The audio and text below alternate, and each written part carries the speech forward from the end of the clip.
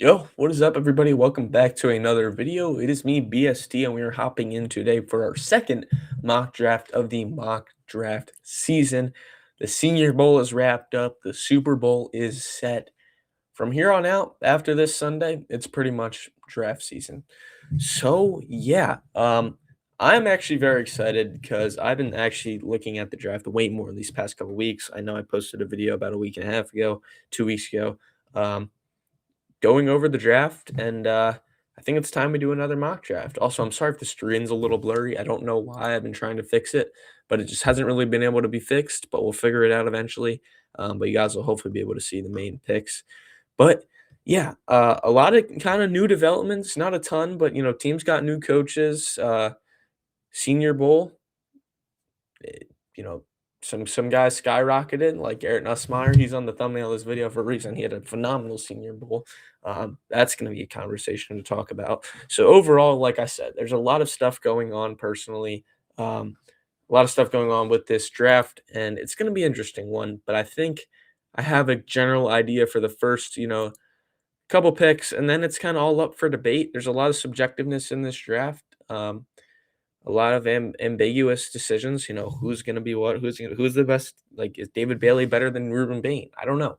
Um, but yeah, let's just get into this. We're gonna do a full first round. Like I said, this second one of the year. We might hop in and do another two rounder here in the near future as we get closer and closer. But yeah, I'm ready to hop right into it. Of course, please make sure to leave a like and subscribe if you guys are new. Helps us do more on the channel. I appreciate all the support I can get. Obviously, just being you know small content creator. So yeah, Raiders have the first overall pick. Like I said, I mean this pick's really just a no-brainer in Mendoza. You just got Clint Kubiak to be your new head coach. They made it official this week. He'll take over pretty much the second the Super Bowl is over. And I'm going to assume that they're going to hit the ground running very hard. Mendoza's obviously the number one pick in this draft, no doubt about it. Best quarterback in this draft. There's not really much else to debate aside from that. Um, and obviously, you're going to have Gentizzle, right? Genty, Bowers around him. Hopefully, maybe draft a wide receiver in the later rounds of the draft and kind of just reload that offense with all that firepower. Like I said, there's not a ton you could really talk about here. It's an obvious pick, in my opinion. And then I think where the draft can honestly really be up for debate starts with pick two. And it hasn't, I don't really know if we've seen a draft where it's been like that. Like last year, I felt like we kind of knew kind of what the first couple picks were going to be. I mean, especially once the Jags traded up and they got Hunter, you knew it was going to be Ward, Hunter, and then obviously it was a little up for debate with the Giants pick, but they took Abdul. So it was kind of general idea, and I do think it's the same general players. I think it's between Ruben Bain. I think it's between Arvell Reese. I personally think David Bailey is probably the best edge rusher in this draft. I mean, that could be a reach to say, but Ruben Bain is obviously just a bigger name. I think he's going to go before him. But obviously, like I said, those 15 sacks this year, you just can't beat it in college football. I mean, I can't imagine uh, the stuff he could probably do in the NFL against, some quarterbacks. And then obviously the Ruben Bain discussion with the short hands. I mean, I still don't, I just think every other, attribute for him just overmatches any of that. So I don't think that can really be a debate on if that's going to hold him back or not in this draft. But I think it's between probably three players: Ruben Bain, Arvell Reese, and then you could throw David Bailey into the mix there too if you would like. Like I said, quarterback is probably off the table here, considering Dante Moore obviously dropping out. I mean, that's been a topic for some time now. There's no need to really talk too much more about that. But I do think that personally, I have them taking Arvell Reese. I just like that pick for them. Um, and I just think he's kind of the all around guy you could want. Like I said, I mean, 243, 6'4". He's kind of been on the rise. A lot of people, like I've seen people say that this guy's not worthy of a first round pick. And I don't really know how you can necessarily justify that because when you look at what he's done with Ohio State this year, I mean, the numbers say what they say. Uh, and not to mention, like he was nothing before this past year. Like you could say he's too much of a riser, but 6.5 sacks, right? Two pass deflections, like the stuff's there. It's what you want to see from him. Um, and I think it's kind of the piece that the Jets can use. I think Aaron Glenn could really enjoy that type of pick, um, and have and kind of scout out. Maybe you argue Ruben Bain's the better pick. You replace Quinion Williams. You add some more firepower to the defense line. I don't know, but I like Arvell Reese there. And that's going to take me into pick 3. And the Cardinals are another interesting team because they, like I said, we don't know much about that. We don't know much about that situation uh, with the quarterback. Is it going to be Brissett? Is it going to be Kyler Murray? Are they going to draft a quarterback? You don't really like a late round quarterback. I'm saying I don't think it's likely that they draft a quarterback here. You don't really know exactly what it's going to look like and what it's going to be. And I'm actually going to zoom this out a little bit so you can get a better look. Um, you don't really know what it's going to be.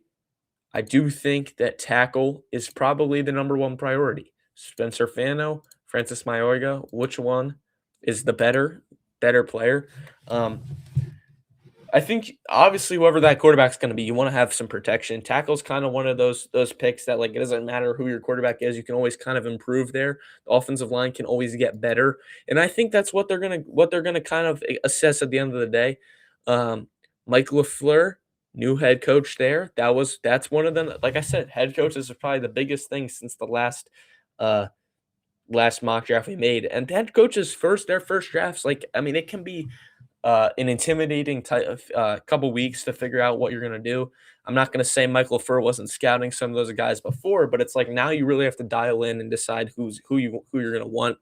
Um, and I do think it's worth noting like the sides of the ball these coaches come from. Like Mike LaFleur, Rams offensive coordinator, he had very good playmakers in Puka Nakua, Devontae Adams, Kyron Williams. Like that's a good offense you come from. You know what it's like to succeed with a good offense. I'm sure he's going to figure out that quarterback situation, but I think at the end of the day, you're going to want to get a tackle. You're going to want to get a guy that's just going to be able to be big and protect no matter what's around him. And I personally think that's Mayaga.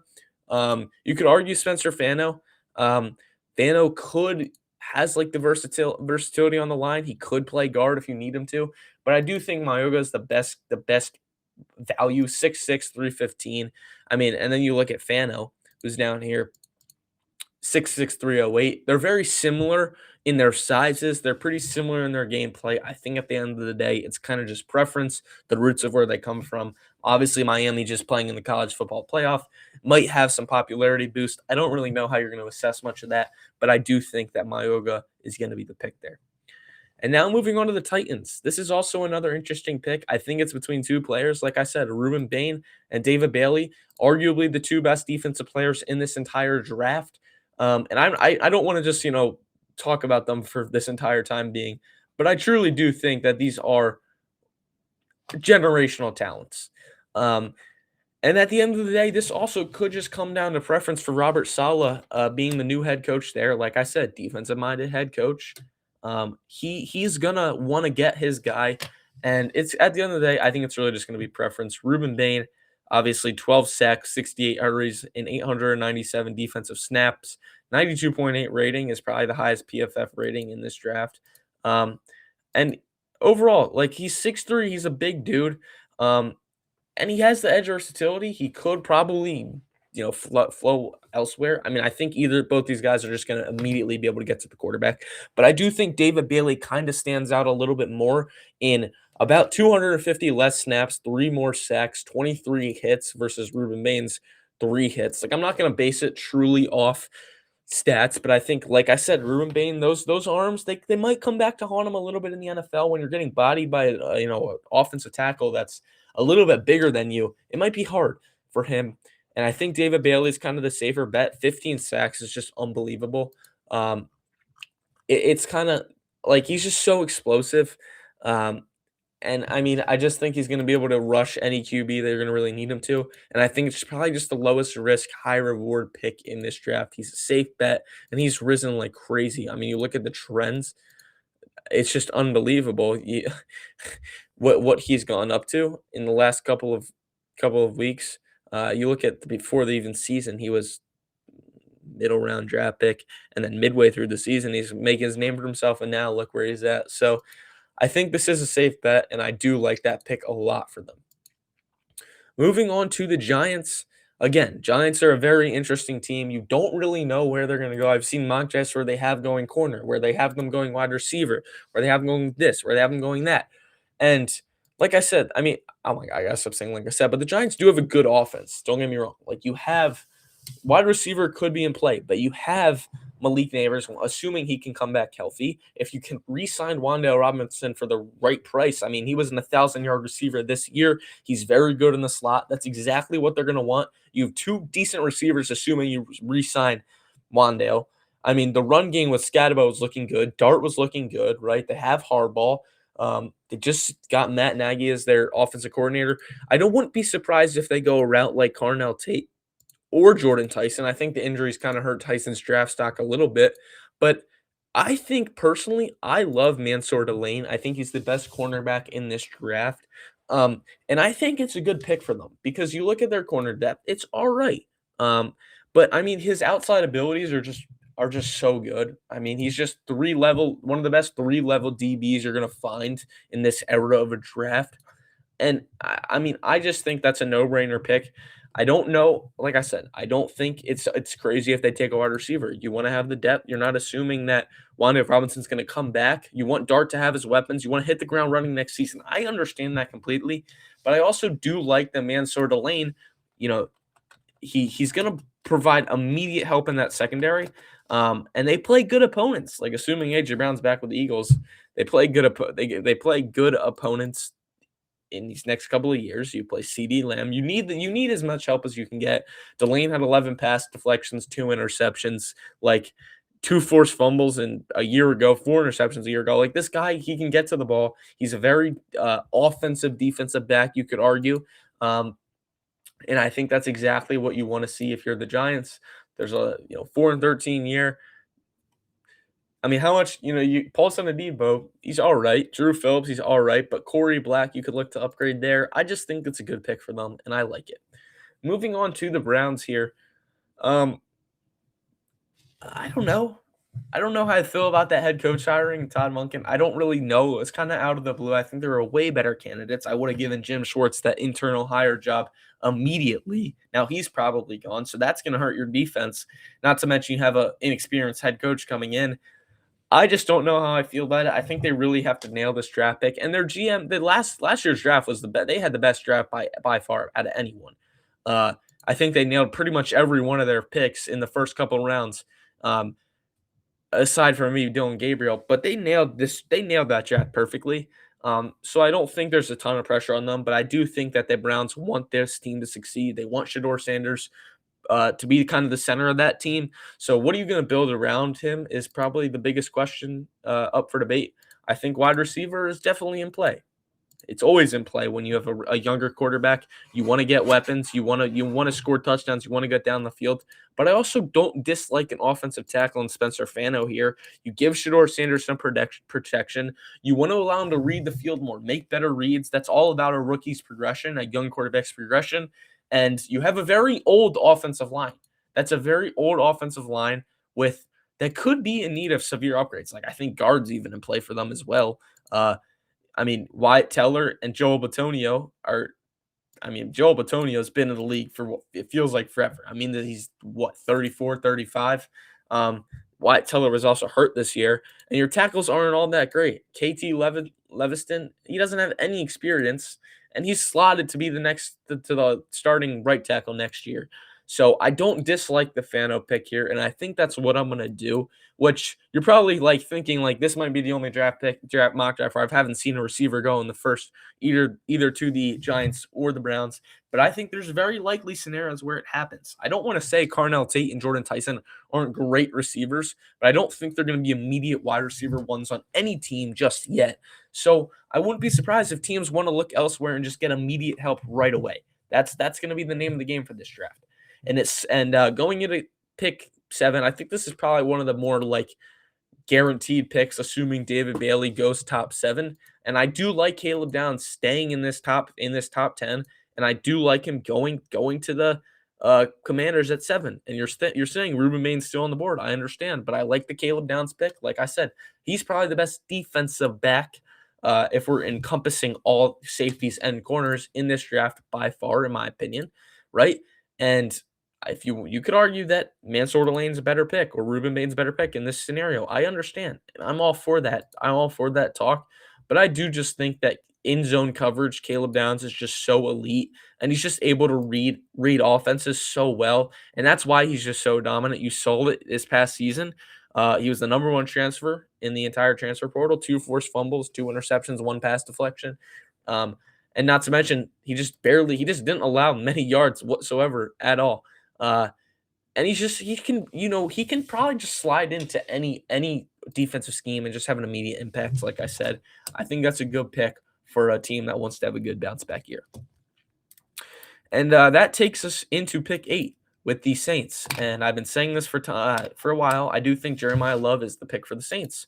I'm going to use the same exact logic as I used in the last video. Alvin Kamara is getting old. There's no other secret to it. He's just getting old.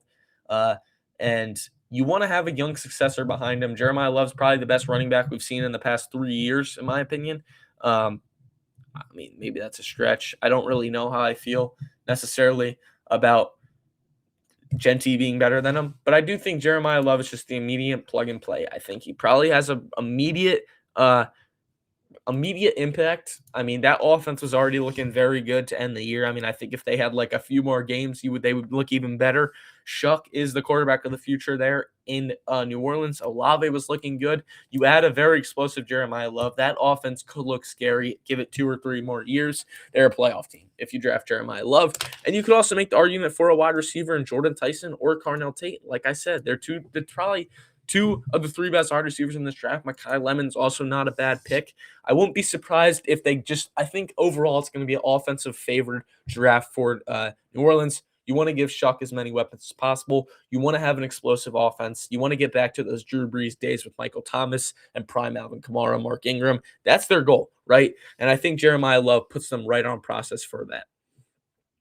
And that's going to take us right into pick 9. And I think this is where Ruben Bain falls off the board in kind of like an unlucky like fall in for the Chiefs, right? For the rest of the league. This is like an Eagles draft pick right here in my eyes. Obviously, there are other needs for this team. This was a very poor showing by the Chiefs this past year. I did not like what I saw.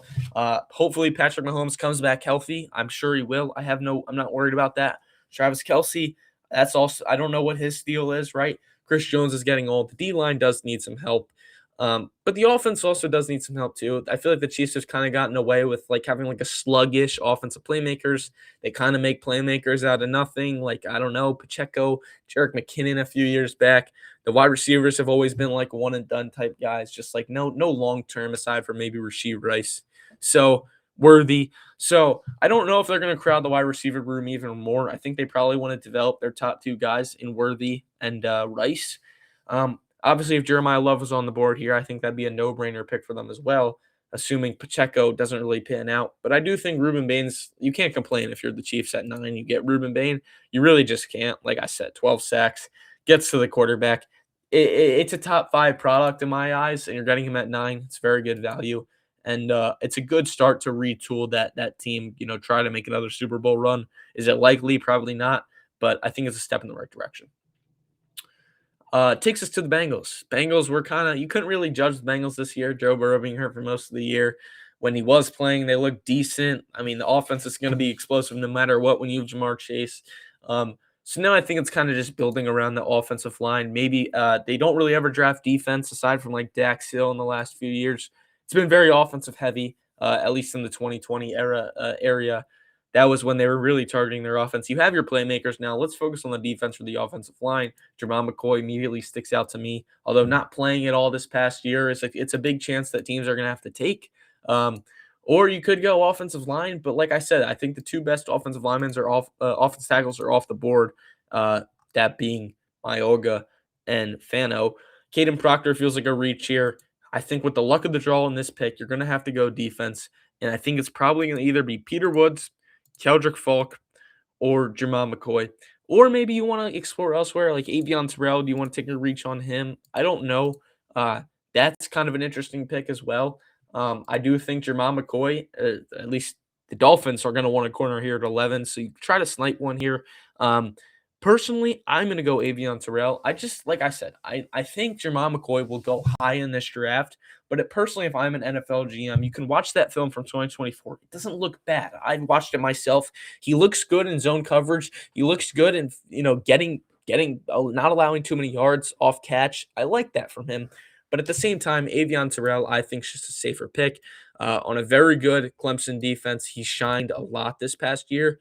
And I think it's a safe bet. Like I said, Jamal McCoy's a risk. I think Avion Terrell is probably a bigger of a safe bet. I mean, he's just cover quarterback with the ability, like he just has the ability to immediately get to the ball, try to break up a pass. That's what you want for the Bengals. Not to mention he fits right in with that Dax Hill draft pick a few years ago. And it's just kind of developing these young corners, making the Bengals a more well-rounded team is the goal this year. And I like that pick a lot. I think it's probably him or Peter Woods. And that's going to take us to 11 here, where I do think Jamal McCoy is probably the best pick for the Dolphins. But when you have Carnell Tate on the board and when you have a very question mark type of offense going forward, Jeff Hafley's going to have a lot of talks he's going to need to have. But Carnell Tate's an immediate playmaker, and like I said, there's not a lot of teams where I think Jordan Tyson or Carnell Tate are going to be able to go and be immediate plug and play wide receiver ones, immediate impacts. Aside from maybe a few like the Dolphins, I think the quarterback is Quinn Ewers going to start next year. Is it going to be Tua? You don't really know. Get Carnell Tate to be on this team. Allow for some young development. I like I said, I think that's just the best way to go about this draft, and I think it makes perfect sense for this Dolphins team. And Mike McDaniel's out of there. The offensive minded dude's out of there. But like I said, you want to have a very safe draft pick in your year one of being a head coach. Carnell Tate's that guy, right? That's going to take us right into 12. Sonny Styles has been the pick here for probably the longest time. I think it's a no-brainer. Originally, I had David Bailey maybe going here, but he's going to go way higher. He's just a safe safe linebacker. Probably one of the best off-ball linebackers you can get. Like you don't see a lot of that these days. Like Zach Bond was one of those dudes. But Fred Warner type of player in my eyes. Like I just love his film. I love the way he plays, and it's a good draft pick for the Cowboys. It really is. They've gotten lucky with those defensive draft picks in the last year. You got to rebuff that defensive core, make a run for the playoffs. I mean, enough is enough with the Cowboys. I don't want to talk about them for too long. Going into 13, I think a corner is probably in play for the Rams. I think they got fried against the Seahawks specifically due to that secondary, and you want to upgrade that immediately. Colton Hood, I've seen be a very, very prominent name, but I think Jamal McCoy's on the board here. You take the chance. That's kind of a Sean McVay type of draft pick. They just extended him. It's a safe bet for a team that isn't needing to do it too much. Like Matt Stafford, you probably have a whole another year. I think they'll probably draft like a Drew Aller, Cade Klubnik, Carson Beck, like a later guy that they can try to develop in the later parts of the draft. But I think this team doesn't need to do a whole lot to kind of tweak what they're doing to try to make another run for that NFC title and get back to the Super Bowl. But I think a corner is definitely something you need. And Jamal McCoy being the best corner on the board, ranking-wise, and I think probably playmaking-wise, like Cisse is good. Colton Hood I do like a lot, but it might be a little bit of a reach. I don't know. He's also a sophomore. So moving on to 14, this is Jordan Tyson for me right here. Lamar Jackson's going to get another weapon. There's just no doubt about it. Jesse Minter being the new head coach. Jordan Tyson, we saw what he did last year with Arizona State. He's an explosive player. He's exactly the type of player you are going to want if you are if you're in need of something like this. You're in need of a bit of an offensive surge after a very disappointing year. He's a plug and play easy guy. Go alongside Zay Flowers, be that wide receiver too, get the ball in your hands, be kind of a wide receiver they don't really have. Right? I mean, he's 6'2", 200 pounds. He's bigger than Zay Flowers. Can get up, get to the ball. That's exactly what they're going to want. And he's probably a top 7, top 8 talent in this draft. But injuries, like I said, I think they're going to mess him up. And I think that's going to be a main reason why he falls. But that if I'm the Raiders, I can't really complain. That's a perfect pick for them. Taking us over to 15 here. 15 is another interesting pick. Like Sadiq is a perfect play here. But Kenyon Sadiq, I don't know, like he's not really a tight end. He's more of a receiver. and I just don't really think it kind of fits their scheme. I think they need a bigger tight end like what Gronk was. So I'm going to go Keldrick Falk here. I do like the way Keldrick Falk plays. I've seen mock drafts where he goes way earlier, but I think this is a very good pick. I do think it's a good pick. He's impressive size, right? And he's just going to get, really fill in that front for the Bucks. Haven't really seen that for them in a while. 2,700 2 sacks, 9 sacks in 2024. Like I said, the size is impressive. 285 pounds.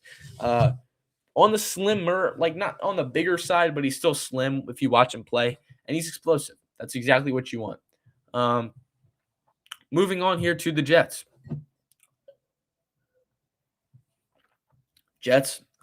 I have him taking Arvell Reese. I think here you could build on that. Peter Woods could be the guy.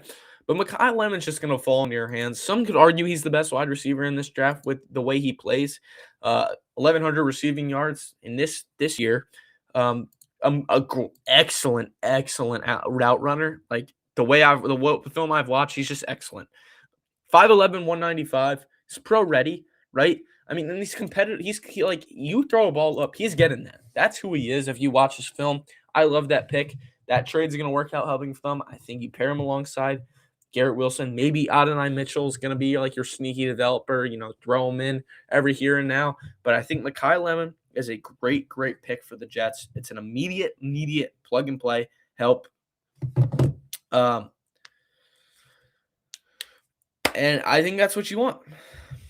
Moving on to the Lions. Lions had such a rough year, man. I just feel bad for them. I don't know how they missed out on the playoffs, truthfully. I mean, people thought they were going to be the best team in the NFC going into the year. I don't know how they missed out. I don't really know how they missed out, but they did. Not a ton of, recommended help here. I do think Caden Proctor's probably going to be the pick just because you want to buff up that offensive line as much as you want. Like I said, someone get a counter of how many times I said, like I said. But offensive line is just immediate buffing up the help, allowing for more time, allowing for more reads. Jared Goff, he's a good quarterback. But there's been some instances where, the 4-interception game he had in the middle of the year, like there's been some instances where he's just had bad games, truthfully, just because the offensive line, he's getting pressured. He has to make bad throws. You can always develop a young offensive tackle, and that's exactly what Caden Proctors are going to do for this Alabama team. Moving on to the Vikings. I originally had them taking a defensive back here, but I won't be surprised if they maybe go elsewhere, take a guard like they got Yon. Defensive back wise, still like Colton Hood's a great pick, still in my opinion. People have him going earlier. He's a very physical player, and he can provide even some run support. Vikings play against good run teams. Jahmyr Gibbs, right? I think Colton Hood's a good pick here. Kind of high risk, little bit should be high reward. But you see his alignment, a lot of in the corner. Doesn't really go ever in the box or anything. Just pure cornerback. Very, very, very straight up talent. You don't see it a ton anymore. Jermon McCoy, like I said, could fall, could maybe be a guy. 2 Tennessee corners going in within 5-6 picks of each other. Moving on to the Panthers. I've really loved CJ Miller here for a lot. For a lot of time. Oh my God, I cannot do this. Or CJ Allen. I'm sorry, not Christian Miller. I love CJ Allen here for the longest time. I think he's one of the best coverage linebackers. One of the best interior coverage linebackers in this draft as well. I've been liking that a lot for them as a pick. And I think there's growing optimism that he's going to be a high first-round pick, middle of the round. And I've seen a lot of mock drafts where they have him going here. And I think it's a good pick. You're replacing what Brian Burns was. Obviously, Burns being more of an edge rusher. But I think he has the flexibility. I think he does. 235. I mean, he's not the biggest guy, but he can get there, right? Cowboys have 2 first-round picks. Sonny Styles, I feel like, is almost a lock if he doesn't go early for the Cowboys there. That's probably one of the picks I'll be able to predict immediately. Here, I think a safety is an excellent pick. And I love Emmanuel McNeil-Warren.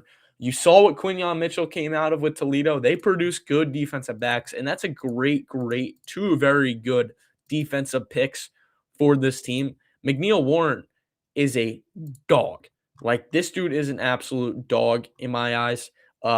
He is probably the most physical safety film I've watched. I mean, 6'2", 202. I mean, he plays like he's a linebacker, and that's just an understand. Like, that is a perfect plug and pick right there for this Cowboys team. I mean, a very rough year this year.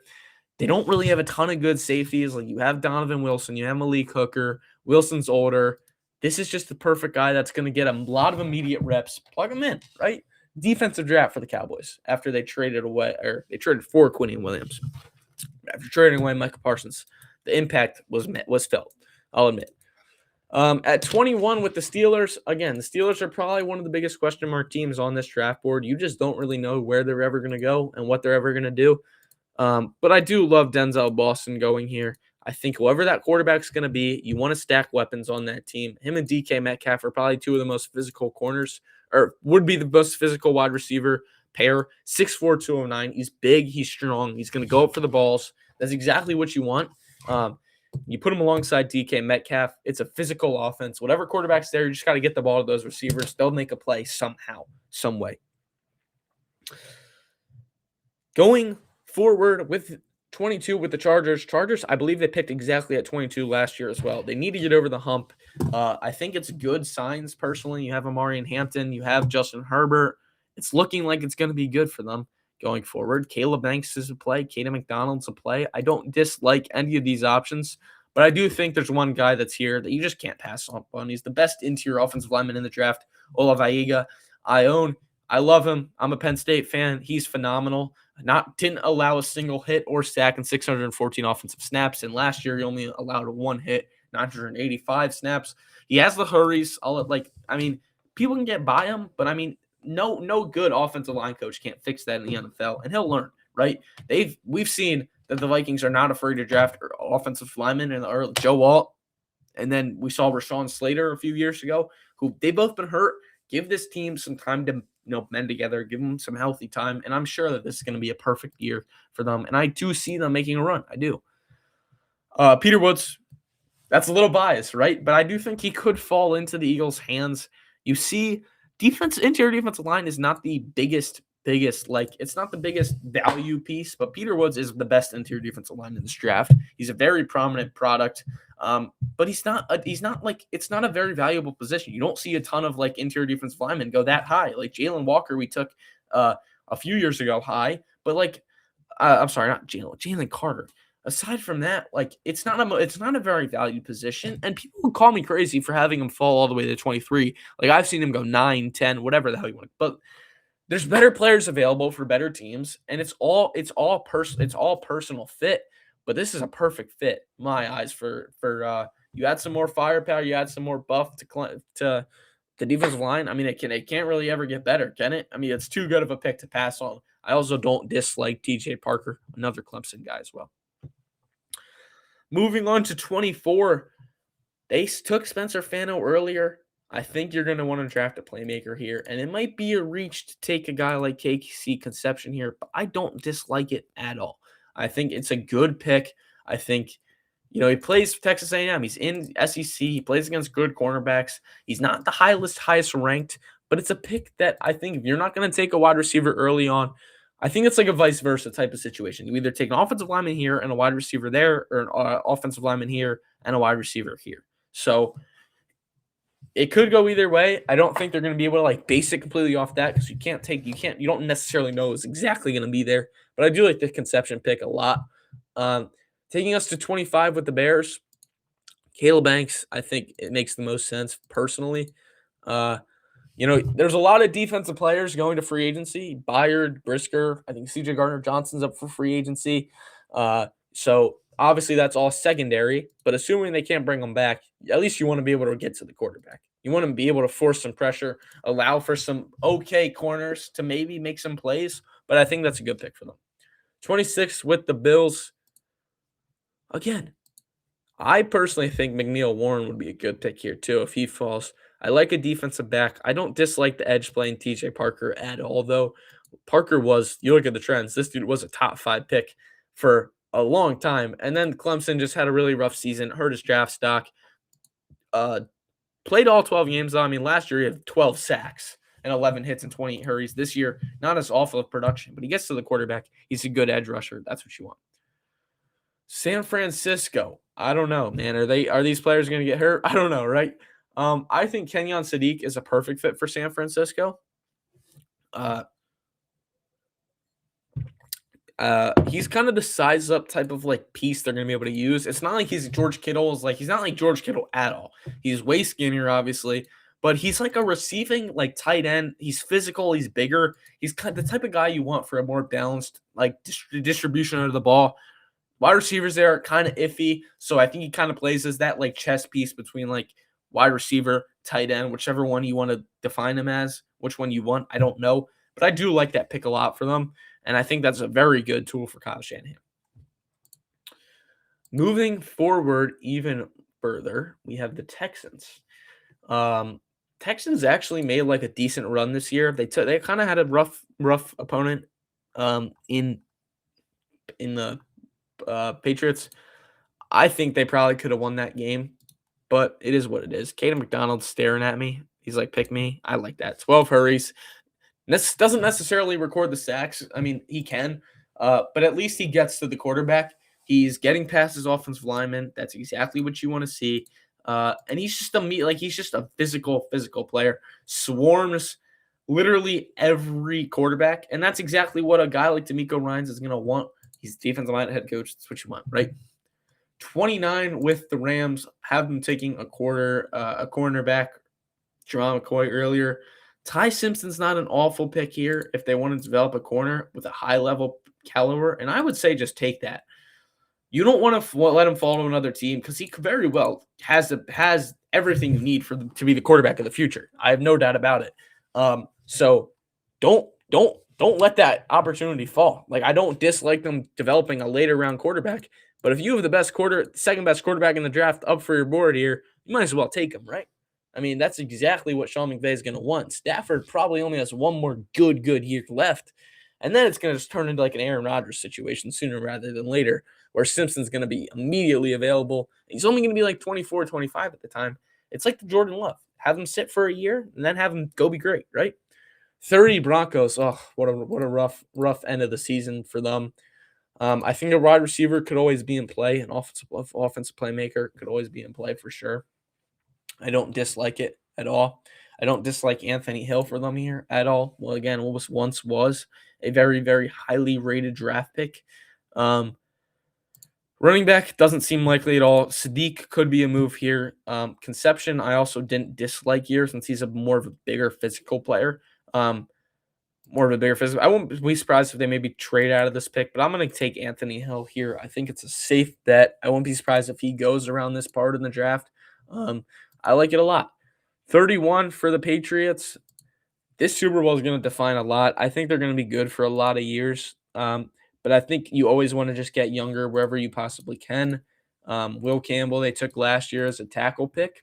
I won't be surprised if they take another tackle pick. That's proven pretty well. Monroe Freeling is staring at me. I might as well.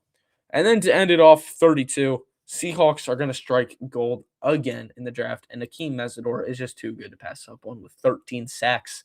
I know he's old, but he fits their scheme perfectly. That's a great pick for Mike Macdonald.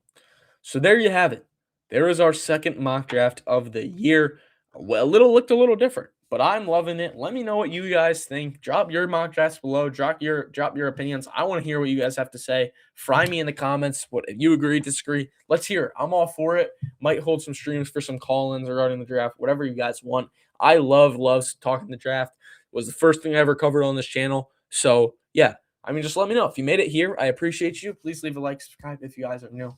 That's pretty much it for me. I will see you guys in the next one. Peace.